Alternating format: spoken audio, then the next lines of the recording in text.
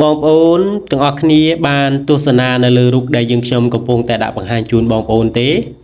រូបនេះគឺជារូបបុរាណពុកម៉ែបងប្អូនដែលជារូបព្រះមហាកញ្ចាយណៈ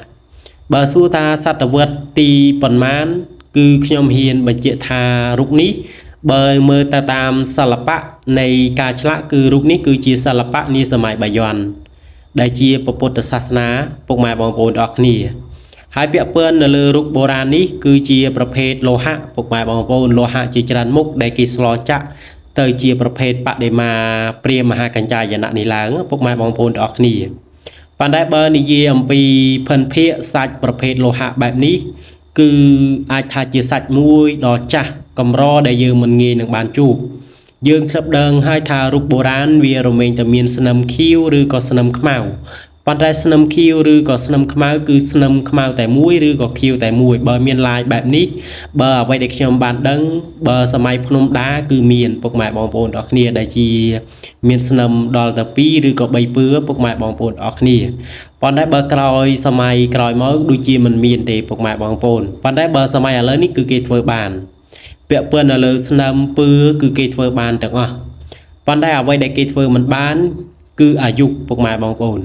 ដោយសារតែវត្ថុនីមួយមិនថាជាប្រភេទថ្មឬក៏ជាប្រភេទលោហៈឬក៏ស្ពាន់ក្តីគឺមានអាយុរបស់វានៅលើវត្ថុនីមួយរបស់ដែលចាស់គឺវារមែងតែមានការពុកផុយហើយក្លិនក៏បាត់ដែរពុកម៉ែបងប្អូនដូចជារូបដែលខ្ញុំកំពុងតែដាក់បង្ហាញជូនបងប្អូនទស្សនានេះជាដើមនេះជារូបដែលនៅបានទ្រង់ទ្រាយស្អាតសឹងនឹងថា99%ពុកម៉ែបងប្អូនអ្វីត្បិតតែមានកន្លែងដែលខ្លះត្រូវដីស៊ីឬមួយក៏រាងពុកផុយបន្តិចណាពុកម៉ែបងប្អូនប៉ុន្តែបើពាក់ព័ន្ធនៅលើផ្នែករូបគឺនៅសឹងថាស្អាតដល់ទៅ99%ប៉ុន្តែអ្វីដែលស្ទើរគឺស្ទើរបលាំងពុកម៉ែបងប្អូនកន្លែងបលាំងឬមួយក៏កន្លែងបាត់បលាំងនេះគឺស្ទើរពុកម៉ែបងប្អូនដោយសារតាមានការពុកផុយទៅត្រូវដីស៊ីពុកម៉ែបងប្អូនដោយសារតែរបស់ដែលមានអាយុកាល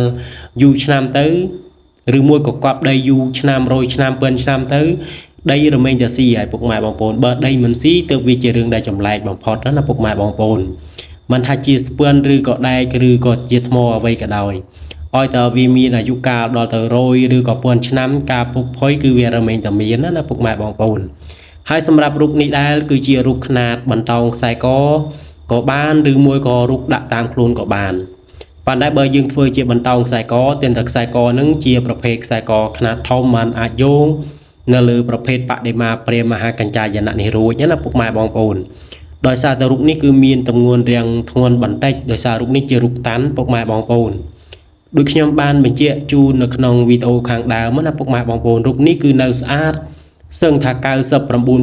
អ្វីដែលស្ទើរគឺស្ទើរតែបលាំងដូចខ្ញុំបានបញ្ជាក់ជូនបងប្អូនហើយសម្រាប់ការដាក់បង្ហាញនេះដែរសម្រាប់បងប្អូនទាំងប្រុសទាំងស្រីដែលមានឧបនិស្ស័យមានជំនឿនៅក្នុងការគោរពគុណព្រះមហាកញ្ចាយណៈដែលមានអានុភាពខាងស្នេហ៍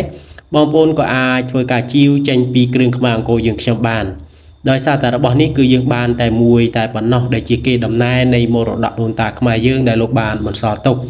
ហើយសម្រាប់ខ្ញុំបាទផ្ទាល់គឺមានអត្ថភាពត្រឹមតែស្វែងរកអ្នកណាដែលមាននិស្ស័យពិតប្រាកដដើម្បីយកទៅគោរពថែរក្សាទៅតាមជំនឿរៀងៗខ្លួនតែប៉ុណ្ណោះហើយសម្រាប់ការចែករំលែករបៀបនៅក្នុងការមើលវត្ថុបុរាណសាច់យ៉ាងម៉េចសង្ឃឹមថាបងប្អូននឹងបានយល់ខ្លះនៅលើចំណេះដឹងដែលខ្ញុំបានចែករំលែកបើសិនជាមានកំហុសខុសឆ្គងដោយចេតនាត្រង់ណាក៏សូមអធិស្ឋានបើស្រឡាញ់ពេញចិត្តសូមត្រឹមតែចុច like ហើយនឹង share បើមានចម្ងល់ក៏អាចទំនាក់ជា comment នៅខាងក្រោមបានចែករំលែកឡើងវិញដោយគ្រឿងខ្មែរអង្គរ